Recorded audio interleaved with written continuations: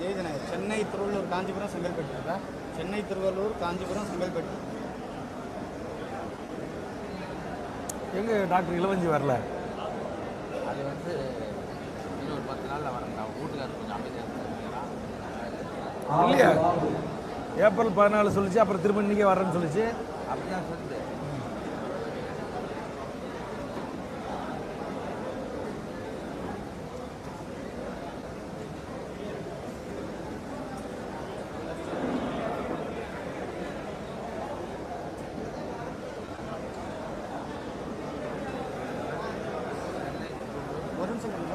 ராணிப்பேட்டை வந்திருக்காங்க.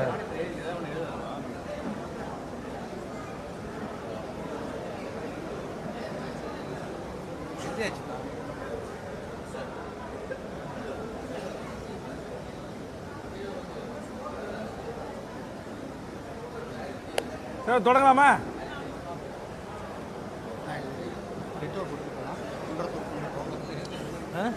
குன்றத்தூர் நிர்மல் வெங்கடேஷ் என் பேனா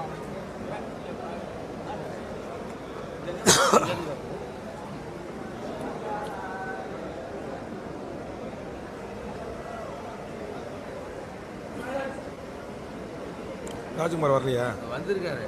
எங்க அந்த ராஜ்குமாரா? அவர் ஒருங்கிணைப்பாளர் இருந்தார். இல்லை இல்லை, அவர் வேற ஒரு கட்சி மாற்று ஒருங்கிணைப்பாளர். இங்கே குன்றத்தூர் வருது. ஞானம் குன்றத்தூர், அது ஞானசேகரன். அதாவதுண்ணா இது மாநில ஒருங்கிணைப்பாளர் ஃபுல்லாக இவங்க 5 பேருமா? ஜெகதீஷ் தனசேகர், தமிழரசு, ஞானம் மாநில இளைஞர் பாசன செயலாளர். சரி, ஞானசேகரன் வந்து மாநில இளைஞர். இந்த ராஜ்குமார் இந்த 2 ஃபேன் மட்டும் கொஞ்ச நேரம் ஆஃப் பண்ணுங்களா? சத்தமாக இருக்கு. பிரபா, அந்த 2 ஃபேன் ஆஃப் பண்ணுங்க.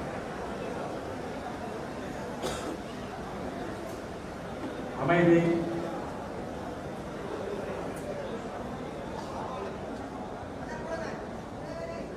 சொல்லமா?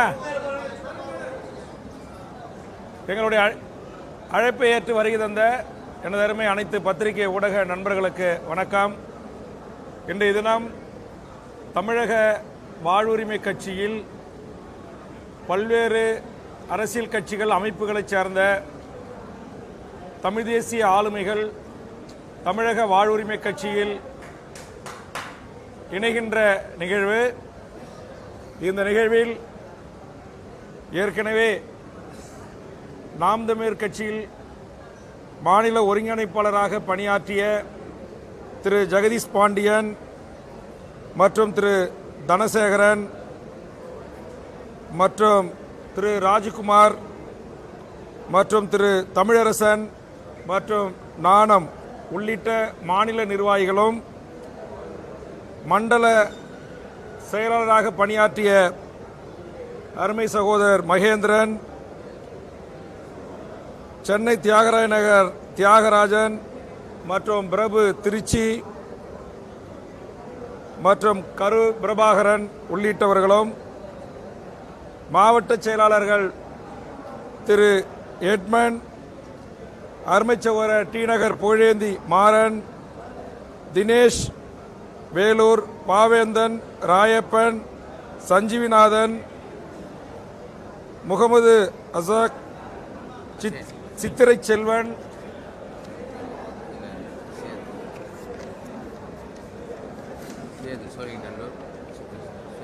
சேது சோழிங்கநல்லூர், சித்திரை செல்வன் உள்ளிட்ட தோழர்களும் மற்றும் அம்பத்தூர் முருகன், சைதாப்பேட்டை ராஜகுமார், டி நகர் ராஜா, அம்பத்தூர் அஜ்மல், சைதை விமல் மற்றும் ஓபிஎஸ் அணியில் பணியாற்றிய ராஜ் பரணிபுத்தூர் மற்றும் அம்பத்தூர் ராஜகுமார், மணிகண்ட பிரபு, தமிழக கட்டுமான சங்கத்தின் தலைவர் சரண் குன்றத்தூர், நிர்மல் குன்றத்தூர், வெங்கடேசன் குன்றத்தூர் மற்றும் சென்னை, திருவள்ளூர், காஞ்சிபுரம், செங்கல்பட்டு, ராணிப்பேட்டை, வேலூர், திருச்சி, பெரம்பலூர், அரியலூர் உள்ளிட்ட மாவட்ட செயலராக இருந்த சுதாகர் உள்ளிட்ட பல்வேறு தோழர்களும் வருகை தந்து இணைந்திருக்கிறார்கள். அதுபோன்று ரெட் ஹில்ஸ் பகுதியிலிருந்து தேவா உள்ளிட்டவர்கள் இன்று முதல் தமிழக வாழ்வுரிமை கட்சியில் தங்களை இணைத்துக் கொண்டு தமிழ் சமூகத்தின் வாழ்வுரிமைக்காக எனது கரத்தை வலுப்படுத்துகின்ற வகையிலும் உலக தமிழ் சமூகத்தின் வாழ்வுரிமைக்காக போராடுவதற்கும் என்னோடு இணைந்திருக்கிற அனைத்து என் தொப்புள் கொடி உறவுகளையும் தமிழக வாழ்வுரிமை கட்சியின் தலைமையின் சார்பாக அவர்கள் அனைவரையும் இருகரம் கூப்பி வருக வருக என்று வரவேற்கிறேன். தமிழக வாழ்வுரிமை கட்சி சாதி மத எல்லைகளை கடந்து தமிழ் சமூகத்தின் வாழ்வுரிமைக்காகவும் தமிழ்நாட்டின் வாழ்வுரிமைக்காகவும் கடந்த 13 ஆண்டுகளாக பல்வேறு போராட்டங்களை முன்னெடுத்து அந்த போராட்டத்தினூடாக தமிழர் வாழ்வுரிமை களத்தில் பல்வேறு வெற்றிகளை பெற்றிருக்கிறது. அந்த வகையில் இன்றைய தினம் தமிழ்நாடு முழுவதும் பல்வேறு மாற்றுக் கட்சிகளில் இருந்து நூற்றுக்கணக்கில் ஆயிரக்கணக்கில் தினந்தோறும் இணைந்து வருகிறார்கள். அந்த அடிப்படையில் இந்த அரங்கத்தில் அமர்ந்திருக்கக்கூடியவர்களும் என்னோடு மேடையில் அமர்ந்திருக்கக்கூடியவர்களும் அனைவரும் பொறுப்பாளர்களாக பல்வேறு அரசியல் கட்சிகளில் பணியாற்றியவர்கள். இவர்கள் அனைவரும் தமிழக வாழ்வுரிமை கட்சியோடு இணைகின்ற போது தமிழக வாழ்வுரிமை கட்சி இன்னும் வேகமாக வீரியமாக தமிழ் சமூகத்திற்கு போராடுவதற்கான உத்வேகத்தை பெறுகிறது என்று நான் பெருமை கொள்கிறேன்.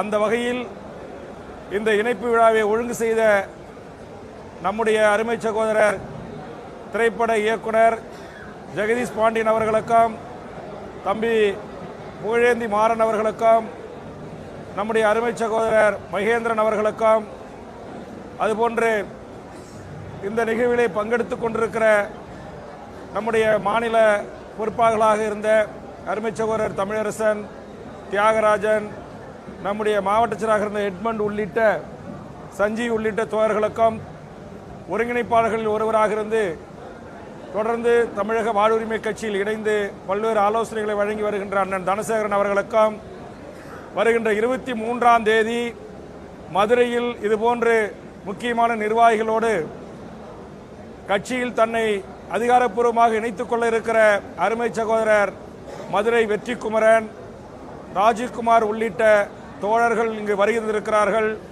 அவர்களுக்கும் இங்கு மேடையில் என்னோடு அமர்ந்திருக்கின்ற பின்புறமாக நின்று கொண்டிருக்கிற இந்த சென்னை, திருவள்ளூர், காஞ்சிபுரம், வேலூர், ராணிப்பேட்டை, திருச்சி போன்ற பல்வேறு பகுதியிலிருந்து வருகின்றிருக்கின்ற தமிழ் சமூகத்தின் ஆளுமைகளாக இருக்கின்ற உறவுகளின் அழைப்பை ஏற்று எதிரிலே அமர்ந்திருக்கின்ற அனைத்து உறவுகளையும் தமிழக வாழ்வுரிமை கட்சியின் சார்பாக வருக வருக என்று மீண்டும் ஒரு முறை வரவேற்று அவர்கள் அனைவரும் இன்று முதல் சாதி மத எல்லைகளை கடந்து உலகம் முழுவதும் வாழ்கின்ற தமிழ் சமூகத்தின் வாழ்வுரிமைக்காக அவர்கள் போராடுவதற்கு வருகின்றிருக்கிறார்கள். இவர்கள் அனைவரும் ஒரு நல்ல ஒரு புரிதலுடனும் ஒரு மிகச்சிறந்த ஆளுமையுடனும் பல்வேறு அரசியல் கட்சிகளில் தமிழ் தேசிய அரசியலை முன்னெடுத்த ஆளுமைகள். அந்த வகையில் இன்றைக்கு தமிழ்நாட்டில் வேகமாக வளர்ந்து வருகின்ற தமிழ் தேசிய அரசியலை மிகச்சிறப்பாக தமிழ்நாடு முழுவதும் கட்டி அமைத்து தமிழ்ச்சாதிக்குள் சண்டை இல்லாமல், தமிழ்நாட்டில் மத கலவரங்கள் இல்லாமல், லஞ்ச லாவண்ய ஊழல் இல்லாமல், சாதி மோதல் சண்டைகள் இல்லாமல், கனிமவள கொள்ளைகள் இல்லாமல் ஒரு உண்மையான ஒரு மாற்று அரசியலை முன்னெடுப்பதற்கு வருகின்றிருக்கின்ற தமிழ் சமூகத்தின் ஆளுமைகளோடு கலந்து பேசி ஏற்கனவே பச்சை தமிழகம் என்னும் அரசியல் கட்சியை தமிழக வாழ்வுரிமை கட்சியோடு இணைந்திருக்கின்ற கூடங்குளம் அணு உலை எதிர்ப்பு போராளி சுப உதயகுமாரன் உள்ளிட்ட தோழர்களோடு கலந்து பேசி தமிழக வாழ்வுரிமை கட்சி வருகின்ற ஏப்ரல் மாதத்திலிருந்து சென்னை தலைமை அலுவலகம் திறந்து வைத்து புதிதாக இணைந்த அனைத்து ஆளுமைகளுடன் கலந்து பேசி ஒரு மிகச்சிறந்த சமரசமற்ற மக்களுக்கான போராட்ட களத்தில் எப்போதும் போல் தமிழக வாழ்வுரிமை கட்சி வேகமாக வீறுநடை போடுவதற்கு வருகை தந்த தலைமைகளின் ஆலோசனைகளை கேட்டு ஒரு கூட்டு முயற்சியாக இந்த இயக்கம் செயல்படும், இந்த கட்சி செயல்படும். இங்கே பல்வேறு இயக்கங்களை சார்ந்தவர்களும் தங்களை அரசியல் கட்சியான தமிழக வாழ்வுரிமை கட்சியில் இணைத்துக் கொண்டிருக்கிறார்கள். இந்த நேரத்தில் தமிழக வாழ்வுரிமை கட்சியை நம்பி குறிப்பாக ஒத்த சட்டமன்ற உறுப்பினர் என்ன செய்ய போகிறார் என்கிற வினாக்களுக்கெல்லாம் இந்த கூட்டு முயற்சியோடு எதிர்காலத்தில் பதிலளிக்கக்கூடிய வகையில் எமது செயல்பாடுகள் அமையும். இங்கே வருகை தந்திருக்கின்ற அத்தனை உறவுகளையும் வரவேற்று எந்த சூழலிலும் பல்வேறு அரசியல் கட்சியில் மாநில, மாவட்ட, ஒன்றிய, நகர, தொகுதி அளவிலான பொறுப்புகளை வகித்து தமிழக வாழ்வுரிமை கட்சியின் இணைந்து எனது தலைமையேற்று பயணிக்கின்ற அத்தனை உறவுகளுக்கும் அவருடைய இன்ப துன்பங்களிலும் அவர்களுக்கு ஏற்படுகின்ற பல்வேறு எந்தவிதமான பிரச்சனைகளாக இருந்தாலும் அதில் தமிழக வாழ்வுரிமை கட்சி தலையிடும், அவர்களுக்காக தோள் கொடுத்து துணை நிற்கும். என்னை நம்பி வந்த எந்த ஒரு தமிழ் சமூகத்தின் சகோதரனையும் தொண்டர்களையும் ஒருபோதும் தமிழக வாழ்வுரிமை கட்சி கைவிடாது என்கிற உறுதியை மட்டும் இந்த நேரத்தில் இணைந்திருக்கிற அத்தனை உறவுகளுக்கும் தெரிவித்து, எந்த சூழலிலும் எக்காரணத்திலும் பிரிதொரு அரசியல் கட்சிகளையோ, தமிழ் தேசிய அமைப்புகளையோ, தமிழ் தேசிய தலைமைகளையோ எந்தவித தனிப்பட்ட விமர்சனம் செய்யாமல் ஒரு நியாயமான, கண்ணியமான மாற்று அரசியலை முன்னெடுப்பதற்கு நீங்கள் அனைவரும் அதற்கான பணிகளை மேற்கொள்ள வேண்டும். நம்மை திசை திருப்புவதற்காக சங்கிகள் பல காத்திருக்கிறார்கள். சங்கிகளுக்கு இடம் தராமல் அல்லது நம்மை தனிப்பட்ட முறையில் விமர்சனம் செய்து நம்முடைய கள செயல்பாட்டை தடுக்க முயற்சிக்கின்ற எவருக்கும் வாய்ப்பளிக்காமல் நாம் கட்டமைப்புகளை தமிழ்நாடு முழுவதும் ஒவ்வொரு தொகுதி வாரியாக இருக்கின்ற கிராமங்களையும், பேரூராட்சி கிளைகளிலும், ஊராட்சி ஒன்றிய கிளைகளிலும், நகராட்சி மாநகராட்சி கிளைகளையும் கட்டமைத்து 234 தொகுதிகளையும் தமிழக வாழ்வுரிமை கட்சி ஒரு வலுவானது ஒரு அரசியல் மாபெரும் இயக்கமாக உருவாக்குவதற்கு நாம் நம்முடைய உழைப்பை, நம்முடைய கவனத்தை செலுத்துவோம் என்பதை இந்த நேரத்தில் தெரிவித்து, இந்த இணைப்புக்கு வருகை தந்து அரங்கம் முழுவதும் அமர்ந்திருக்கின்ற அனைத்து உறவுகளையும் வரவேற்று மேடையில் நின்று மேடையில் அமர்ந்து என்னோடு இன்று முதல் அதிகாரப்பூர்வமாக தமிழக வாழ்வுரிமை கட்சியில் இணைத்துக் கொண்ட அத்தனை உறவுகளுக்கும் என்னுடைய நன்றியும் பாராட்டுதலையும் தெரிவித்து நிறைவு செய்கிறேன். நன்றி, வணக்கம்.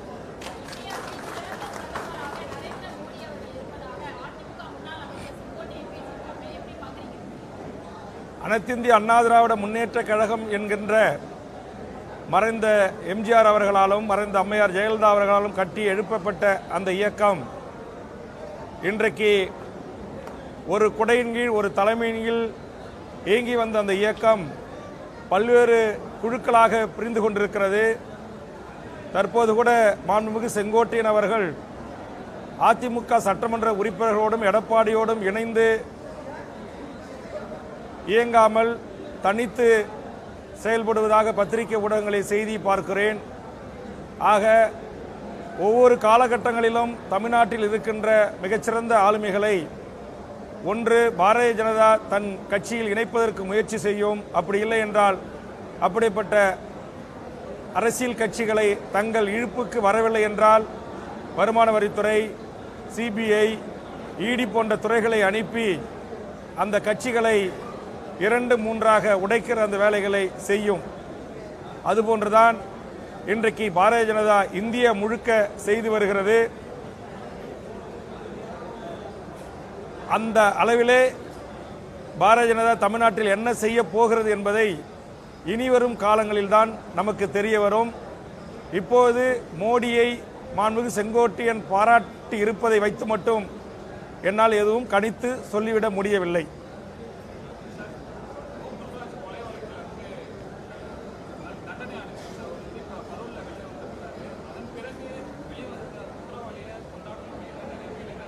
இல்லை,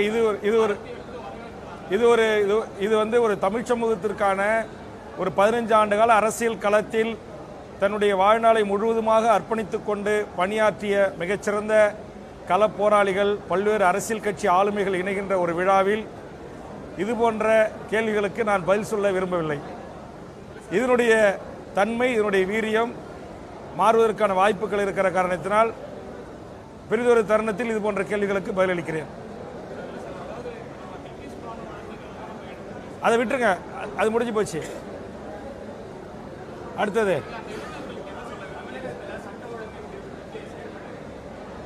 தமிழகத்தில் சட்ட ஒழுங்கு சீர்கெட்டு விட்டது என்கிற அளவில் இல்லை. ஆனால் பாலியல் ரீதியான குற்றச்சாட்டுகள் தினந்தோறும் நடந்தேறி வருகிறது.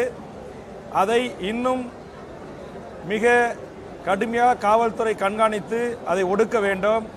இந்த பாலியல் ரீதியான கற்பழிப்புகள், இந்த பாலியல் ரீதியான தொந்தரவுகள் அதிகரித்து வருவதை மட்டுப்படுத்த கட்டுப்படுத்த வேண்டும் என்பதற்காகத்தான் தமிழக வாழ்வுரிமை கட்சி மரண தண்டனைக்கு எதிரான கட்சியாக இருந்தாலும் ஒரு அளவுக்கு மீறி பெண் பிள்ளைகளுக்கும் பெண்களுக்கும் குழந்தைகளுக்கும் பாதுகாப்பு இல்லாத ஒரு சூழல் இருக்கிற காரணத்தினால் தமிழக சட்டமன்றத்தில் முதலில் நான் தான் சொன்னேன், மரண தண்டனைக்கு எதிராக இருக்கிற தமிழக வாழ்வுரிமை கட்சி தொடர் பாலியல் குற்றவாளிகளுக்கும் தொடர்ந்து 3 வயது 5 வயது சிறுவர்களை சிறுமிகளை வன்புணர்வுக்கு உட்படுத்துகின்ற அந்த மனித மிருகங்களுக்கு தூக்கு தண்டனை அளிக்கின்ற சட்ட திருத்தங்கள் வேண்டும் என்று சொன்னேன்.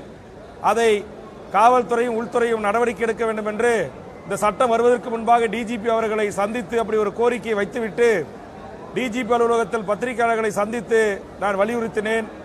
அதை முதலமைச்சரிடத்திலும் வேண்டுகோளாக முன்வைத்தேன். அதுதான் இன்றைக்கு ஒரு முறை பெண்களை பாலியல் வல்லுறவுக்கு உள்ளாக்கி 2வது முறையும் அதே நபர் அதே தவறை செய்தால் அவருக்கு தூக்கு தண்டனை என்கிற ஒரு மிகப்பெரும் கடுமையான ஒரு சட்டம் தமிழக சட்டமன்றத்தில் நிறைவேறி இருக்கிறது. இதுபோன்ற கடுமையான சட்டங்கள் இயற்றியதை வரவேற்கிற அதே வேளையில் இதுபோன்ற தொடர் பாலியல் குற்ற நிகழ்வுகள் நடக்காத வண்ணம் நம்முடைய தமிழக சட்ட ஒழுங்கு காவல்துறை மிக மிக கடுமையான நடவடிக்கைகளை தொடர்ச்சியாக எடுக்க வேண்டும் என்று வேண்டுகோள் வைக்கிறேன்.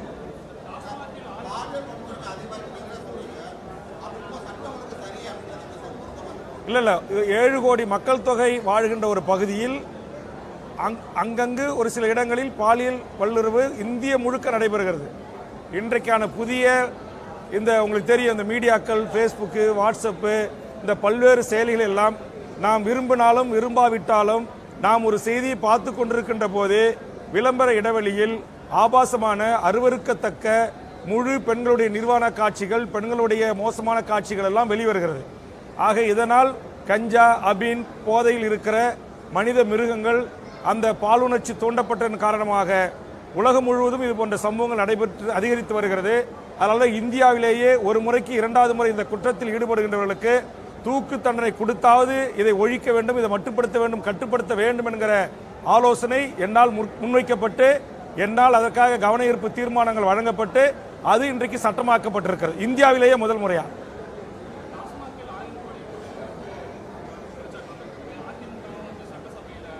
டாஸ்மார்க்கில் ஒரு பாட்டிலுக்கு 10 ரூபாய், சில இடங்களில் 20 ரூபாய் வரையில் கூடுதலாக வாங்கப்படுவது என்பது அது பத்திரிகை ஊடக நண்பர்களுடைய கள ஆய்விலும் என் கட்சிக்காரர்கள் நேரடியான கள ஆய்விலும் கண்டுபிடிக்கப்பட்டிருக்கிறது.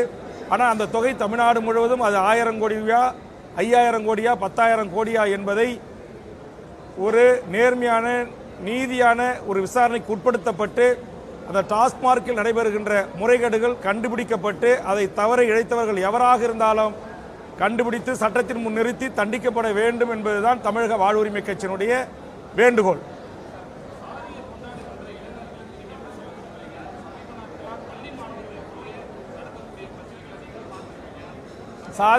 சாதி ரீதியாக பள்ளி பருவத்திலும் கல்லூரிகளிலும் ஏற்படுகின்ற மோதல்களுக்கு முற்றுப்புள்ளி வைக்க வேண்டும். ஆதலால் நான் சட்டமன்றத்தில் இதற்கான ஆலோசனைகளை வழங்கியிருக்கிறேன். நான் படிக்கின்ற காலத்தில் இருந்த நீதி போதனைகள் ஆசிரியர்கள் மாணவர்களை தட்டி கேட்பதற்கும் அல்லது கண்டித்து திருத்துவதற்குமான உரிமை இருந்தது. அம்மையார் ஜெயலலிதா ஆட்சியில் அது தடுத்து நிறுத்தப்பட்டது. அதனுடைய விளைவு இன்றைக்கு வகுப்பறைகளிலே பெற்றோர்களை குறித்து, ஆசிரியர்களை குறித்து, உறவுகளை குறித்து, நம்முடைய தமிழருடைய பாரம்பரிய பண்பாட்டு விடயங்களை குறித்து, பெற்றோர்களை மதிப்பதை குறித்து, பெரியோர்களை மதிப்பதை குறித்தான எந்தவித பாட முறையும் தமிழ்நாட்டு பள்ளிகளில் இல்லை. மீண்டும் அது கொண்டு வரப்பட வேண்டும். மீண்டும் ஆசிரியர் கையில் பெரும்பு என்கிற நிலை இருந்தாலும் அது ஒரு கட்டுப்படுத்துவதற்கு, ஒழுங்குபடுத்துவதற்கு என்ற அளவிலே இருக்க வேண்டும்.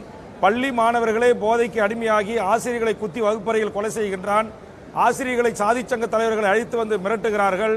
வகுப்பறைகளிலே கூட சாதியினுடைய பெயர்களை எழுதி வாழ்க என்று எழுதுகிறார்கள். நேற்றைய தினம் கூட தூத்துக்குடி மாவட்டத்தில் அந்த மாவட்டத்துடைய ஆட்சித்தலைவர் அது போன்ற சுவர் எழுத்துக்களை அழித்திருக்கிறார்கள். ஒருபோதும் பள்ளியில் படிக்கின்ற ஒருவருக்கொருவர் நட்பின் காரணமாக உயிரையே கொடுக்கின்ற அன்பு பாராட்டி வாழ வேண்டிய வயதில் சாதி மத ரீதியான தமிழ் சமூகம் பிரிந்து கிடப்பதை நாம் ஒரு நாளும் ஏற்றுக்கொள்ள முடியாது. அதே மாதிரி உத்தரப்பிரதேசத்தில் மதத்தின் பெயரால் இன்றைக்கு மக்களை பிளவுபடுத்திய அரசியல் அதிகாரத்தை கைப்பற்றிய பாரதிய ஜனதா அரசு அங்கிருக்கிற பள்ளிவாசல்கள் மீது, அங்கிருக்கிற மசூதிகள் மீது இன்றைக்கு ஹோலி பண்டிகையின் ஊடாக அத்துமீறி உள்ளே நுழைந்து காவல்துறை பாதுகாப்போடு அப்பாவி இஸ்லாமிய உறவுகளை மீது பொடிகளை தூவுவதும், அதுபோன்று பர்தா அணிந்து சென்ற முஸ்லிம் பெண்கள் மீது முட்டையை மண்டையில் அடித்து உடைப்பதும், இன்றைக்கு அந்த ஹோலி பண்டிகையினுடைய அந்த வண்ண கலர்களை பூசுகின்றேன் என்கிற பெயரிலே அதற்கு உடன்படாத ஒருவரை அடித்து கொலை செய்கின்ற ஒரு காட்டுமிராண்டித்தனமான ஒரு சூழலை இந்தியாவை ஆண்டு கொண்டிருக்கிற பாரதிய ஜனதாவும் சங் பரிவார கும்பல்களும் நடத்தி செல்கிறார்கள். இது இந்த தேசத்திற்கும் இந்தியாவின் ஒற்றுமைக்குமே பங்கம் விளைவிக்கக்கூடிய மிக மோசமான ஒரு நடவடிக்கை. இதை மனிதகுலம் அனுமதிக்க கூடாது. இது உடனடியாக தடுத்து நிறுத்தப்பட வேண்டும். இதற்காக தொடர்ந்து தமிழக வாழ்வுரிமை கட்சி சமூக நல்லிணக்கத்திற்காக, சாதி மோதல்கள் இல்லாத தமிழ் சமூகத்திற்கும் இந்திய சமூகத்திற்குமான ஒரு குரலாக சட்டமன்றத்தில் கண்டிப்பாக ஒலிக்கும். இதற்காக மிகப்பெரிய போராட்டங்களையும் எதிர்காலத்தில் தமிழக வாழ்வுரிமை கட்சி எடுக்க திட்டமிட்டிருக்கிறது. இந்த கூட்டத்தில் முக்கிய நிர்வாகிகளோடு கலந்து பேசி விரைவில் தமிழ்நாட்டில் இருக்கிற அனைத்து சமூகங்களின் சாதிவாரி கணக்கெடுப்பை நடத்தி அந்தந்த சாதிகளுக்கு ஏற்றவாறு கல்வி, வேலைவாய்ப்பு என்கிற சமூக உரிமை, சம உரிமை, சமூக நீதி உரிமை வழங்கப்பட வேண்டும். இன்றைக்கு 100 பதவிகளை வெறும் 10% சமூகங்கள் கைப்பற்றிக் கொள்வதும், 90% சமூகங்கள் அந்த இடத்திற்கு வர முடியாமல் அல்லல் படுகிற, துன்பப்படுகிற, துயரப்படுகிற சூழல் இருக்கிறது. இது மாற்றப்பட வேண்டும் என்று சொன்னால் எந்த சமூகங்கள் இந்த தமிழர் நிலத்தில் வாழ்ந்தாலும் அவரவர்களுடைய எண்ணிக்கைக்கு ஏற்றவாறு கல்வி, வேலைவாய்ப்பு உரிமை கிடைக்கப்பெற வேண்டும். அதுபோன்று தமிழ்நாடு அரசு பதவிகளில் 100% இந்த தமிழர் நிலத்தை கொண்ட, தமிழ்நாட்டை தாயகமாக கொண்ட தமிழர்களுக்கு வழங்க வேண்டும்.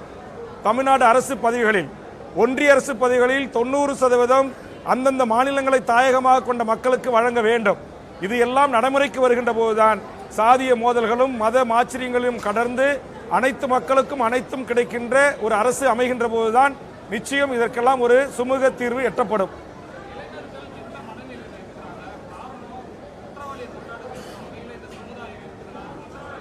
அது குற்றவாளி எவ்வளவு பெரிய சிறு குற்றத்திலிருந்து பெரிய குற்றத்திலிருந்து குற்றவாளி என்று நீதிமன்றத்தால் தண்டிக்கப்பட்டான் என்றால் அவன் குற்றவாளி தான். அவர்களை கொண்டாடுகின்ற, அவர்களை போற்றுகின்ற எவரையும் நாம் ஆதரிக்க முடியாது. அதை நாம் கண்டிக்கிறோம். நன்றி.